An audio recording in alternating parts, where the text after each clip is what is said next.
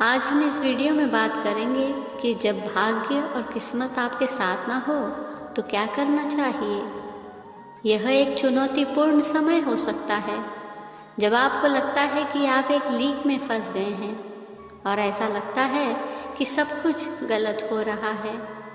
ऐसे समय पे सबसे पहले और सबसे महत्वपूर्ण एक बात याद रखें कि आपका भाग्य और किस्मत आपके जीवन में काम करने वाले एकमात्र कारक नहीं हैं। चाहे चीज़ें कितनी भी बुरी क्यों ना लगे, प्रेरित रहे और यह याद रखना महत्वपूर्ण है कि आपके पास अपने जीवन में सकारात्मक बदलाव लाने की शक्ति है। किस्मत आपके हाथ में नहीं है, किंतु कर्म आपके हाथ में है। भाग्य आए या जाए, आपको कर्म करना नहीं छोड़ना चाहिए। भाग्य आता है और हवा की तरह चला जाता है, लेकिन जो कड़ी मेहनत करते हैं उन्हें पुरस्कार जरूर मिलता है। भाग्य तय है, लेकिन प्रयास मुक्त है। मनुष्य का भाग्य उसके अपने प्रयास का परिणाम होता है। बुद्धिमान कभी भी भाग्य के भरोसे नहीं रहते, बल्कि सफलता प्राप्त करने के लिए प्रयास करते रहते हैं। सफलता हमेशा प्रयास से पहले होती है और भाग्य कड़ी मेहनत के बाद ही आता है। यदि आप जानते हैं कि क्या सही है, तो आप अपने प्रयासों से भाग्य और सफलता प्राप्त कर सकते हैं। आप अकेले भाग्य से विजेता नहीं बन सकते। आपके पास साहस और शक्ति होनी चाहिए। जो भाग्य से डरते हैं उनका विनाश होता है। आत्मज्ञान की तलवार से अपने हृदय में अज्ञानतापूर्ण संदेह को मिटा दो।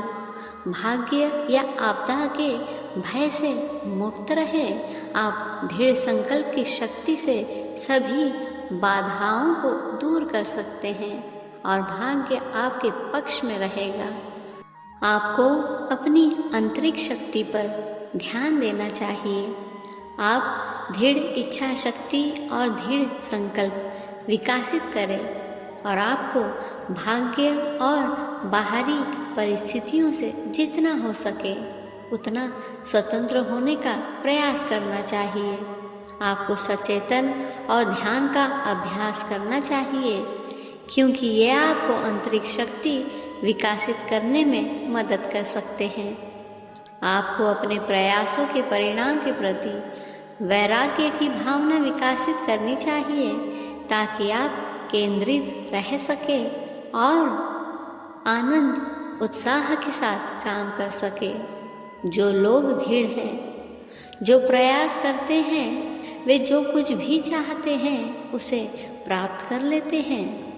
वो जो मुंह में चांदी का चम्मच लेकर पैदा होते हैं, कभी कभी उसकी हथेली में सोने का चम्मच होता है।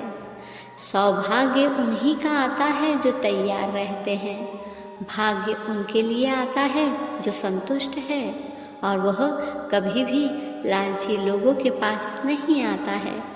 भागवत गीता कहती है, किसी को भी दुर्भाग्य से निराश नहीं होना चाहिए, बल्कि बिना किसी परिणाम के उम्मीद किए बिना अपने कर्तव्य पर ध्यान देना चाहिए। भागवत गीता में कहा गया है कि व्यक्ति को फल की आसक्ति के बिना कर्म करना चाहिए, और जो कुछ भी उसके कर्म के परिणाम स्वरूप आता है उसे स्वीकार करना चाहिए। व्यक्ति को अपना सर्वश्रेष्ठ करते रहना चाहिए और अपने कार्यों के परिणामों से प्रभावित नहीं होना चाहिए। और साथ ही व्यक्ति को अपने मन को परमात्मा पर केंद्रित रखना चाहिए और भगवान को समर्पण करना चाहिए। ऐसा करने से व्यक्ति अपनी कठिन परिस्थितियों को स्वीकार कर सकेगा और संतुष्ट रह सकेगा। अंत में ये याद रखें कि दुर्भाग्य अस्थायी होता है। अपने जीवन में सकारात्मकता पर ध्यान केंद्रित करने की कोशिश करें और एक समय में एक कदम उठाएं। कड़ी मेहनत, समर्पण और सकारात्मक दृष्टिकोण से आप अपनी किस्मत और भाग्य को पलट सकते हैं।